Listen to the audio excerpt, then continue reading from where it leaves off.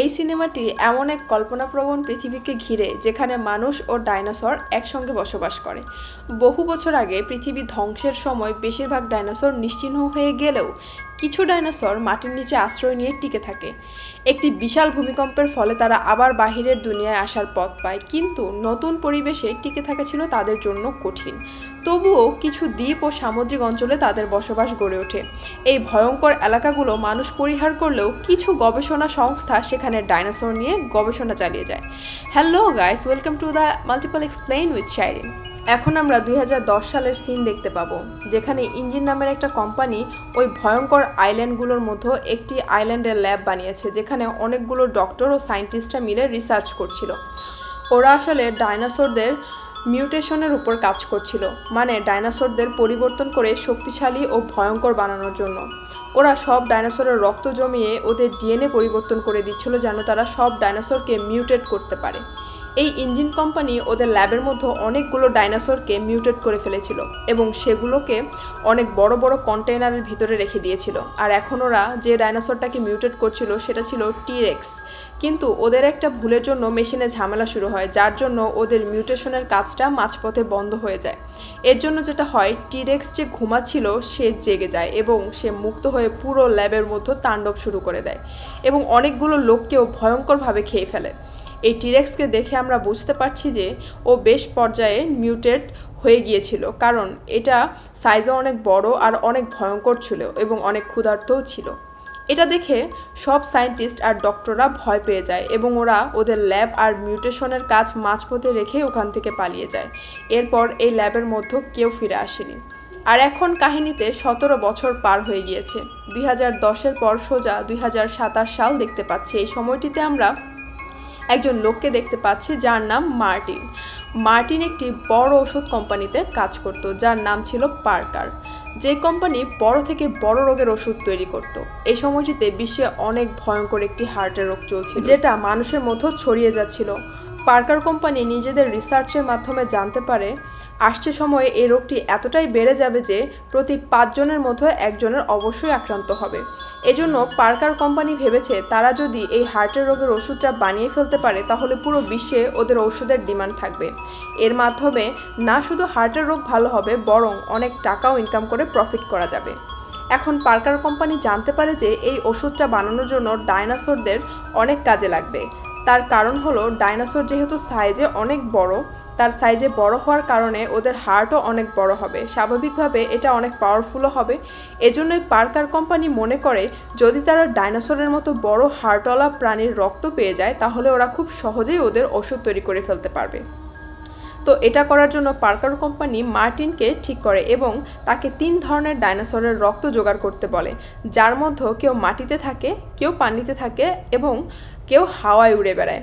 এবং স্বাভাবিকভাবেই মার্টিন কাজটা একা তো করতে পারবে না, এজন্য সে একটা টিম বানানোর সিদ্ধান্ত নেয়, যার জন্য সে সবার আগে কাহিনীর লিড জোরার কাছে যায়, কারণ জোরা আগে একটা স্পেশাল ফোর্সের কমান্ডার ছিল। এজন্য সে লড়াই করতে ও অস্ত্র চালাতে এবং বিপদের সময় কিভাবে বেঁচে থাকতে হবে এসবের মতো অনেক এক্সপার্ট থাকে। আর যেহেতু মার্টিনকে এমন জায়গায় যেতে হবে যেটা খুবই ভয়ঙ্কর, তাই সবার আগে মার্টিন ওর টিমে জোরাকে যুক্ত করে। আর তার সাথে কাজ করার জন্য সে জোরাকে $10 মিলিয়ন দেওয়ার কথা বলে এবং তারপর মার্টিন জোরাকে সব কিছু ডিটেলসে বলা শুরু করে যে তারা হার্টের ভয়ঙ্কর রোগটির ওষুধ তৈরি করার চেষ্টা করছে। আর এই ওষুধটি তৈরি করার জন্য কোম্পানির 3 ধরনের ডাইনোসরের রক্তের প্রয়োজন। এবং তার সাথে ও জোরাকে এটাও বলে যে আমার এই মিশনটি পুরোপুরি গোপনীয়তার সাথে হবে, কারণ গভর্নমেন্ট যদি এটার ব্যাপারে জানতে পারে তাহলে তারা আমাকে এই মিশনের ব্যাপারে কখনোই অনুমতি দিবে না, কারণ এটা বেআইনি। এসব শোনার পর জোরা যেতে তো চায়নি, কিন্তু এতগুলো টাকার জন্য জোরা তাকে সাহায্য করতে রাজি হয়ে যায় আর টিমে যুক্ত হয়ে যায়। তারপর মার্টিন জোরাকে নিয়ে একজন লোকের কাছে যায় যে একজন সায়েন্টিস্ট। তিনি এমন একজন সায়েন্টিস্ট ডক্টর ছিল যার ডাইনোসরদের ব্যাপারে অনেক তথ্য জানা ছিল। এজন্য মার্টিন ওকে তার টিমে যুক্ত হতে বলে এবং তাকে সব কিছু বলে এবং সায়েন্টিস্ট রাজি হয়ে যায়। এজন্য না যে ওর টাকার লোভ আছে, কারণ সে তো ডাইনোসরদেরকে ভালোবাসতো। তার এই মিশনে যাওয়ার উদ্দেশ্য ছিল সে ডাইনোসরকে আরও কাছ থেকে দেখতে পারবে, ডাইনোসরের ব্যাপারে আরও তথ্য পেয়ে যাবে সে। আর যেহেতু এই মিশনে যাওয়ার জন্য 3জন লোক যথেষ্ট ছিল না, এজন্য মার্টিনের আরও লোকের প্রয়োজন ছিল। তাই জোরা মার্টিনকে তার 2জন বন্ধুর সাথে দেখা করায়, যারা তার সাথে স্পেশাল ফোর্সে কাজ করত। এদের মধ্যে একজন লড়াই করতে আর অস্ত্র চালাতে খুবই এক্সপার্ট ছিল, আর দ্বিতীয়জনও অনেক শক্তিশালী ছিল, কারণ তার কাছে স্পেশাল ফোর্সের ট্রেনিং থাকার সাথে সাথে সে সমুদ্রে জাহাজও চালাতে পারত এবং লড়াই করতে পারত। তো ওদের 2জনের যুক্ত হওয়ার পর এখন মার্টিনের টিমে মোট 5জন টিম মেম্বার হয়েছে। তো খুব শীঘ্রই ওরা সব কিছু ব্যবস্থা করে জাহাজে করে মিশনের জন্য বেরিয়ে পড়ে এবং যেতে যেতে ওরা আরও 2জনকে তাদের সাথে যুক্ত করে। তো এখন মোট 7জন রয়েছে। তো ওরা যেখানে যাচ্ছিল সে জায়গার নকশা দেখছিল। নকশা দেখে তারা জানতে পারলো যে পানির ডাইনোসর বেশিরভাগ একটা বিশেষ ধরনের আইল্যান্ডের কাছে পাওয়া যায়। এই আইল্যান্ডকে দেখে মার্টিন সবাইকে বলে এটা বিশেষ ধরনের আইল্যান্ড এজন্য কারণ আজ থেকে 17 বছর আগে ইঞ্জিন নামের এক কোম্পানি এখানে ডাইনোসরের ওপর মিউটেশনের কাজ করছিল, কিন্তু একটা দুর্ঘটনার জন্য ওই ল্যাবটা বন্ধ করে দেওয়া হয়েছে আর এই বিল্ডিংগুলো এখন এমনি পড়ে আছে। এখন তার কথায় আমরা বুঝতে পেরেছি যে এটা ওই সিনেরই কথা হচ্ছে যা আমরা কাহিনীর শুরুতেই দেখেছি। তারপর টিম স্বাভাবিকভাবেই তাদের মিশনের দিকে যাচ্ছিল। এখন এখান থেকে সিন পরিবর্তন হয় আর আমরা সমুদ্রের একটা ছোট বোটকে দেখতে পাই, যার মধ্যে মোট 4জন লোক ছিল। একটা ছেলের নাম ছিল তেরেসা, তারা 2 ভাই বোন ও বাবা ছিল। ওরা মূলত সমুদ্রে ঘুরতে এসেছিল আর এখন এক জায়গা থেকে অন্য জায়গায় যাচ্ছিল, কিন্তু যতই ওদের বোটটা সামনের দিকে যাচ্ছিল ততই সমুদ্রের ক্রিয়েচার ওদের বোর্ডের চারপাশে চলে আসছিল, আর এসব ক্রিয়েচার আসলে পানির ডাইনোসরই ছিল। ওরা এক এক করে তাদের বোটকে ধাক্কা দিতে থাকে আর এক পলকে ওদের বোটটাকে উল্টে দেয়, যার জন্য ওরা 4জনই পানিতে পড়ে যায়। কিন্তু ওদের ভাগ্য ভালো ছিল যে ওই ডাইনোসররা সেখান থেকে চলে গিয়েছিল, যার ফলে ওদের জীবন বেঁচে যায়। তারপর ওরা জলদি করে ওদের বোর্ডের কাছে চলে আসে। টেরেসার বাবা তাদের লোকেশন অনুযায়ী ফ্রিকোয়েন্সি সেট করে আশেপাশে সিগন্যাল পাঠায়। জলদি সিগন্যাল ওই শিপে চলে যায়, যার ফলে জোরার বন্ধু বুঝতে পারে এখানে কেউ আছে যার সাহায্যের প্রয়োজন। যেহেতু তারা ফ্রিকোয়েন্সি সেট করার পর ওদের লোকেশন পাঠায়, যা চেক করার পর জানা যায় যে তারা ওদের থেকে 45 কিলোমিটার দূরত্বে রয়েছে। এদিকে মার্টিনদের শিপ অলমোস্ট গন্তব্যর কাছাকাছি রয়েছে, অর্থাৎ ওই আইল্যান্ডের কাছাকাছি চলে এসেছে। তাই মার্টিন সবাইকে শিপ ফিরিয়ে নিতে আর ওদেরকে সাহায্য করতে নিষেধ করে দেয়। এটা বলে যে আমরা আগে আমাদের কাজ করব, তারপর অন্য কাউকে হেল্প করতে যাব। কিন্তু জোরার বন্ধু একজন ভালো মানুষ ছিল, তাই সে মার্টিনের কথা না শুনে শিপকে আবার ওই বিপদে পড়া লোকদের দিকে ঘুরিয়ে দেয় এবং জলদি ওরা তাদের কাছে পৌঁছে যায় এবং ওই 4জনকে তাদের শিপে নিয়ে নেয়, ওদের জীবন বাঁচায়।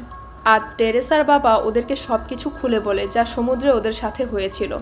যা শোনার পর টিম বুঝতে পারে ওদের উপর যারা হামলা করেছিল তারা আর কেউ না, তারা পানির ডাইনোসরই ছিল। এবং তারপর মুহূর্তেই বড় বড় পানিওয়ালা ডাইনোসর ওদের শিপকে ধাক্কা দিতে থাকে, যা দেখে ওরা ভয় না পেয়ে উল্টো খুশি হয়ে যায়। আর ওরা শিপকে ডাইনোসরের আরও কাছে নিয়ে যায়, যাতে তারা তাদের প্রথম টাস্ক পূরণ করতে পারে। তারপর জানা যায় ডাইনোসরের রক্ত বের করার জন্য টিমের সায়েন্টিস্ট মেম্বারটি তার বুদ্ধি খাটিয়ে একটি ভালো কৌশল প্রয়োগ করে। আসলে তার কাছে এমন একটি গান আছে যার উপর সুইযুক্ত সিরিঞ্জ আর কন্টেনার একসাথে লাগানো আছে। তাই যখনই গান দিয়ে সুইযুক্ত সিরিঞ্জওয়ালা কন্টেনার ডাইনোসরের গায়ে মারা হবে, সুই শরীরের ভিতরে ঢুকে যাবে, ফলে জলদি কন্টেনার রক্ত দিয়ে ভরে যাবে। পুরোপুরি ভরে যাওয়ার পর কন্টেনার হাওয়ায় উড়ে যাবে, কারণ এর সাথে প্যারাশুট লাগানো আছে, যার ফলে তারা খুব সহজেই কন্টেনারকে ক্যাচ করে ফেলতে পারবে যখন সেটা নিচে আসবে। সামনে একটা বড় ডাইনোসরকে দেখে জোরা এটার উপরে আক্রমণ করে, যার মাধ্যমে ওরা খুব সহজেই ডাইনোসরের রক্ত পেয়ে যায়। যেহেতু প্রথম টাস্ক পূরণ হয়ে যায়, একটা ডাইনোসরের রক্ত সংগ্রহ করে ফেলে, তাই সবাই অনেক খুশি হয়ে যায়। আর তখনই আরও কিছু পানিওয়ালা ডাইনোসর ওদের শিপের উপর হামলা করে আর শিপকে ধাক্কা মারতে থাকে, যেটা দেখে জোরার 2 বন্ধু ওদেরকে শ্যুট করতে শুরু করে যাতে ডাইনোসররা দূরে সরে যায়। কিন্তু ডাইনোসররা অত দূরে সরে না, উল্টা ওরা আরও রেগে যায় আর একটা ডাইনোসর শিপের কাছে এসে জোরার একটা বন্ধুকে ধরে ফেলে আর সবার সামনে ওকে খেয়ে ফেলে, যা দেখার পর সবাই খুব ভয় পেয়ে যায়। কিন্তু তখনও সে থামে না, বারবার শিপকে ধাক্কা দিতে থাকে, যার ফলে সেটা খুব বাজেভাবে নড়তে থাকে। এই কারণে টেরেসা পানিতে পড়ে যায়। এটা দেখে ওর 2 ভাই বোন আর বাবাও পানিতে ঝাঁপ দেয় যাতে ওকে বাঁচাতে পারে। আর জলদি ওরা 4জন সাঁতার কাটতে কাটতে কাছের একটি আইল্যান্ডে চলে আসে। আর কোনো রকমে জোরার দ্বিতীয় বন্ধুটি শিপটাকে সামলে নেয় আর জলদি সেও শিপকে আইল্যান্ডের কাছে নিয়ে আসে, কিন্তু শিপটা খুব বাজেভাবে একটা বড় পাথরের সাথে ধাক্কা খেয়ে যায়, যার জন্য শিপের বেশিরভাগ অংশ ভেঙে যায়। কিন্তু ভালো খবর এটাই ছিল যে ওরা প্রাণে বেঁচে গিয়েছিল। আর যখনই ওরা শিপের থেকে নেমে আইল্যান্ডের মধ্যে আসে তখনই ওদের সামনে একটা বড় ডাইনোসর চলে আসে। আর ওই মেয়েটাকে যারা ওরা পরে ওদের টিমে যুক্ত করেছিল সেই মেয়েটাকে খুব ভয়ঙ্করভাবে খেয়ে ফেলে, মানে ওদের দ্বিতীয় টিম মেম্বারও মারা যায়। এটা দেখার পর সবাই খুব শক হয়ে যায় আর ওরা ভাবতে থাকে যে এখন ওরা কিভাবে এখান থেকে ফিরে যাবে, কারণ ওদের শিপ ভেঙে খুবই খারাপ অবস্থা হয়ে গিয়েছিল। এখন ওই শিপ দিয়ে ফিরে যাওয়া অসম্ভব। সবাই খুব চিন্তিত ছিল, কিন্তু জোরা সবাইকে সান্ত্বনা দিচ্ছিল এটা বলে যে আমার কাছে একটা প্ল্যান আছে, কারণ আমার আন্দাজ ছিল যে এই মিশনে আসার পর আমাদের শিপ ধ্বংস হতে পারে, তাই আমি আমার অন্য একটি টিমকে রেডি করে রেখেছিলাম আর ওদেরকে বলে রেখেছিলাম যে ওরা যেন পরের দিন হেলিকপ্টার নিয়ে এই আইল্যান্ডে চলে আসে। তাই আজই আমাদেরকে দ্রুত কাজ শেষ করে এই আইল্যান্ডের কোনো উঁচু জায়গায় যেতে হবে, যাতে যখন আমার টিম এখানে আসবে উঁচু জায়গায় থাকার কারণে যেন ওরা আমাদেরকে দেখতে পায় আর আমরাও ওদেরকে দেখতে পাই, কারণ ওরা শুধু কয়েক মিনিটের জন্য আমাদের জন্য ওয়েট করবে। এটা শুনে জোরার বন্ধু অনেক ঘাবড়ে যায়। সে সবাইকে বলে যে এই আইল্যান্ড অনেক ভয়ঙ্কর ডাইনোসর দিয়ে ভরা আর এই কথা সবাই জানে, তো ওই হেলিকপ্টারওয়ালা টিম এখানে বেশিক্ষণ থেকে মরতে চাইবে না, তাই অল্প কিছুক্ষণই ওরা আমাদেরকে মনিটর করবে। যদি ওরা আমাদেরকে পেয়ে যায় তাহলে ওরা আমাদেরকে নিয়ে যাবে, আর যদি না পায় তাহলে তারা ভাববে আমরা এখানেই মারা গেছি আর ওরা আমাদেরকে রেখেই চলে যাবে। তো এই আইল্যান্ডে এক জায়গায় মার্টিনের টিম ছিল আর অন্য একটি জায়গায় টেরেসা আর ওর ফ্যামিলি ছিল, আর এই ফ্যামিলি এখান থেকে বের হওয়ার জন্য রাস্তা খুঁজছিল। আর অন্যদিকে জোরা আর ওর টিমের প্ল্যান ছিল যে আমরা আজকেই বাকি 2 ডাইনোসরের রক্ত সংগ্রহ করব আর কালকে সকালে হেলিকপ্টার দিয়ে নিজেদের বাড়িতে ফিরে যাব। এই আইল্যান্ডটা সত্যি খুবই ভয়ঙ্কর ছিল।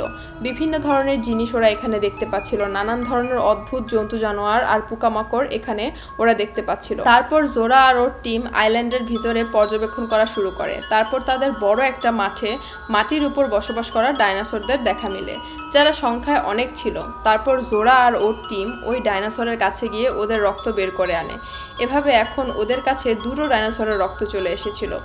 আর ওই ডাইনোসর ওদের ওপর আক্রমণ না করার কারণ হলো ওরা তৃণভোজী ছিল, অর্থাৎ শুধু গাছপালা লতাপাতা খেয়ে, আর দ্বিতীয়ত ওরা মাটিতে থাকা লোকদেরকে দেখতেও পেত না, কারণ ওদের গলা অনেক লম্বা ছিল, তাদের দেহ অনেক বড় ছিল। আর এখন ওদের শুধুমাত্র 3 নম্বর ডাইনোসরের রক্তের প্রয়োজন ছিল, যেটা ছিল উড়ন্ত ডাইনোসরের। আর এই ডাইনোসর অনেক রাগী ভয়ঙ্কর হয়, তাই জোরা আর সায়েন্টিস্ট সিদ্ধান্ত নেয় যে এখন আমরা ডিরেক্টলি সুইয়ের মাধ্যমে ওর রক্ত বের করব না, কারণ এই ডাইনোসর ডিম দেয়, তাই ওই ডাইনোসরের দেওয়া একটা ডিমের মধ্য থেকে আমরা রক্ত সংগ্রহ করব। আর এটার জন্য ওরা ওই আইল্যান্ডের একটা বড় পাহাড়ের কাছে যায়। পাহাড়ের একটা জায়গায় ওই উড়ন্ত ডাইনোসরের গুহা ছিল, যেখানে ওই ডাইনোসরের ডিম পাওয়া যেত। আর তাই জোরা সায়েন্টিস্ট আর ওদের একজন সাথী ওই গুহার কাছে পৌঁছে যায়। সায়েন্টিস্ট একটা ডিম তার হাতে নেয়, এটার ভেতর থেকে সে রক্তও বের করে নেয়, যার মানে হলো এখন ওদের কাছে 3টি ডাইনোসরেরই রক্ত চলে এসেছে। তারা 3টি টার্গেটই পূরণ করে ফেলেছে। কিন্তু ওরা সেখান থেকে যেতেই নিচ্ছিল, তখনই উড়ন্ত ডাইনোসর সেখানে পৌঁছে যায়। আর ওদেরকে গুহার কাছে দেখেই ডাইনোসর মনে করে ওরা আমার ডিমের ক্ষতি করতে এসেছে, তাই সে রেগে আগুনের গোলা হয়ে যায় আর ও ওদের 3 জনের উপরেই আক্রমণ করে আর ওদের একজন সাথীকে খেয়ে ফেলে। কিন্তু এখন জোরা সায়েন্টিস্ট, জোরার বন্ধু আর মার্টিন কোনো রকমে প্রাণে বেঁচে যায় আর ওই 3 ডাইনোসরের রক্ত নিয়ে আইল্যান্ডের সামনের দিকে যেতে থাকে। দেখতে দেখতে রাত হয়ে যায়, কিন্তু অন্ধকার হওয়ার আগেই এই টিম আর টেরেসা ও তার ফ্যামিলি ওই ল্যাবের কাছে পৌঁছে যায়, যেটাকে অনেক বছর আগে ইঞ্জিন নামের কোম্পানি চালাতো। আর ওরা এখানে এই কারণে এসেছিল কারণ তাদের কাছে এটা এখন সেফ জায়গা মনে হচ্ছিল। কিন্তু এখানে আসার পর তারা দেখলো যে এখানে তো বাহিরের চেয়ে আরও বেশি বিপদ, কারণ সব বড় বড় ডাইনোসরগুলো ওদেরকে আক্রমণ করছিল। এটা বাকিদের থেকে আরও বেশি ভয়ঙ্কর ছিল, কারণ এই সবগুলো মিউটেড হয়ে গিয়েছিল। কিন্তু তবুও কোনো রকমে ওরা এই ডাইনোসরদের থেকে নিজেদেরকে বাঁচিয়ে নিয়েছিল। আর এসব কিছুর মধ্যে মার্টিন নিজের আসল চেহারা দেখায়। সে ওই 3 ডাইনোসরের রক্তের কন্টেনারগুলো নিজের কাছে নিয়ে নেয় আর নিজের পকেট থেকে গান বের করে ওদের সবাইকে তাক করে আর সবাইকে হুমকি দেয়, কেউ যদি আমার সামনে আসার চেষ্টা করে তাহলে আমি তার জীবন নিয়ে নিব। আর এর মধ্যেই সেখানে আরও একটা ডাইনোসর চলে আসে, যেটা এখন পর্যন্ত সবচেয়ে বড় আর টি-রেক্স ডাইনোসর ছিল। আর এটাকে দেখে আমরা বুঝতে পারলাম এটা আর কেউ না, একদম শুরুর দিকের সেই ডাইনোসরটাই যেটাকে মিউটেট করা হয়েছিল আর যেটা ইঞ্জিন কোম্পানির পুরো ল্যাবকে তছনছ করে দিয়েছিল। আর এই টিরেক্স এসেই সবার উপর খুব বাজেভাবে আক্রমণ করা শুরু করে। সে মার্টিনকেও নিজের শিকার বানায় আর ওকে খেয়ে ফেলে। যেহেতু রক্তের কন্টেনার মার্টিনের হাতে ছিল, সেটা নিচে পড়ে যায় আর জোরা সেটাকে তুলে নেয়। আর তখনই ওদের সবাইকে বাঁচানোর জন্য ওদের টিম হেলিকপ্টার নিয়ে সেখানে পৌঁছে যায়, কিন্তু ডাইনোসর হেলিকপ্টারের উপরও আক্রমণ করে। হেলিকপ্টারকে চিবিয়ে সেটাকে একদম তছনছ করে দেয়। হেলিকপ্টারের ভেতরের পাইলটও মরে যায়। তখনই ওরা একটা শিপ দেখতে পায়, যেটা ওই ইঞ্জিন কোম্পানিরই শিপ ছিল। তারা সিদ্ধান্ত নেয় যে আমরা এখন এই শিপটাকে ব্যবহার করে এখান থেকে বের হব। তো ওরা সবাই কোনো রকমের শিপে উঠে বসে, কিন্তু যখনই যেতে নেয় টিরেক্স ওদেরকে দেখে ফেলে আর ওদেরকে খাওয়ার জন্য ওদের দিকে এগোতে থাকে। কিন্তু এর মধ্যে জোরার বন্ধু নোটিস করে যে যেখান থেকেই আলোক রশ্মি আসে ওই ডাইনোসর সেদিকেই যায়। তাই বাকিদেরকে বাঁচানোর জন্য সে নিজের জীবন কোরবানি করার সিদ্ধান্ত নেয়। সবাইকে শিপে বসিয়ে ফ্লেয়ার জ্বালায়। ফ্লেয়ার জ্বালার সাথে সাথেই যখনই টিরেক্সের মনোযোগ ওর দিকে যায়, তখন জোরার বন্ধু শিপ থেকে অনেক দূরে চলে যায়, যাতে টিরেক্স ওর পেছনে যায় আর ওর বন্ধুরা ওখান থেকে বেঁচে ফিরে যেতে পারে। যদিও জোরার এই ক্ষেত্রে অনেক কষ্ট হচ্ছিল, জোরা তাকে নিষেধও করেছিল, কিন্তু ওর বন্ধু বলেছে এটা ছাড়া আমাদের কাছে আর কোনো রাস্তা নেই, তাই আমাকে এটা করতেই হবে। আর সে জলদি সবাইকে এখান থেকে চলে যেতে বলে। আর তখনই টেরেসার বাবা জলদি শিপকে স্টার্ট করে দেয় আর ওরা আইল্যান্ড থেকে বের হতে থাকে। এখন টেরেসার বন্ধু যখন টিরেক্সকে নিজের পেছনে ছুটাচ্ছিল, তখনই হঠাৎ লাইট বন্ধ হয়ে যায়। আর এটা দেখার পর জোরা মনে করে ওর বন্ধু টিরেক্সের হাতে মারা যায় এবং সে ভাবে টিরেক্স তাকে খেয়ে ফেলেছে। আর এখন টিরেক্স আইল্যান্ডের দিকে যেতে থাকে। তার যাওয়ার কিছুক্ষণ পরেই জোরার বন্ধু আবার লাইটটি জ্বালিয়ে দেয়, যা দেখে জোরার মনে হয় আমার বন্ধু এখনও বেঁচে আছে। সেজন্য জোরা শিপকে নিয়ে সেদিকে চলে যায়। সেখানে একদম সহি সালামত ছিল আর ওরা টিরেক্সকে বোকা বানাতে ফাইনালি সফল হয়ে যায়। আর ওরা জলদি তাকেও শিপের মধ্যে বসিয়ে নেয় আর এই ভয়ঙ্কর আইল্যান্ড থেকে বের হয়ে যায়। যাওয়ার পথে সায়েন্টিস্ট জোরাকে বলে মার্টিন এই 3টি রক্তের স্যাম্পল একই কোম্পানিকে দিতে চেয়েছিল। এটা করা একদমই ঠিক হবে না, কারণ যদি এই ব্লাড কোনো একটি কোম্পানি পেয়ে যায় তো ওই কোম্পানি ওষুধ বানাতে সফল হয়ে যাবে আর তারা ওই ওষুধকে অনেক বেশি দামে বিক্রি করবে, যার ফলে ওষুধ সবার কাছে পৌঁছবে না। গরিবরা কিনতে পারবে না, শুধুমাত্র বড়লোকেরাই কিনতে পারবে। শুধুমাত্র একটা নির্দিষ্ট কোম্পানি প্রফিট করতে পারবে। সেজন্য ওরা দুজন সিদ্ধান্ত নেয় এই ব্লাড অল্প অল্প করে সব কোম্পানিকে দেওয়া হবে, যাতে সব কোম্পানি ওষুধ তৈরি করতে পারে আর গরিব বড়লোক সবাই ওষুধ কিনতে পারে। আর ওদের এই প্ল্যানের সাথেই এই মুভির কাহিনী শেষ হয়ে যায়। আর যদি ভিডিওটি ভালো লেগে থাকে তাহলে অবশ্যই চ্যানেলটি লাইক অ্যান্ড সাবস্ক্রাইব করে দাও। Thank you.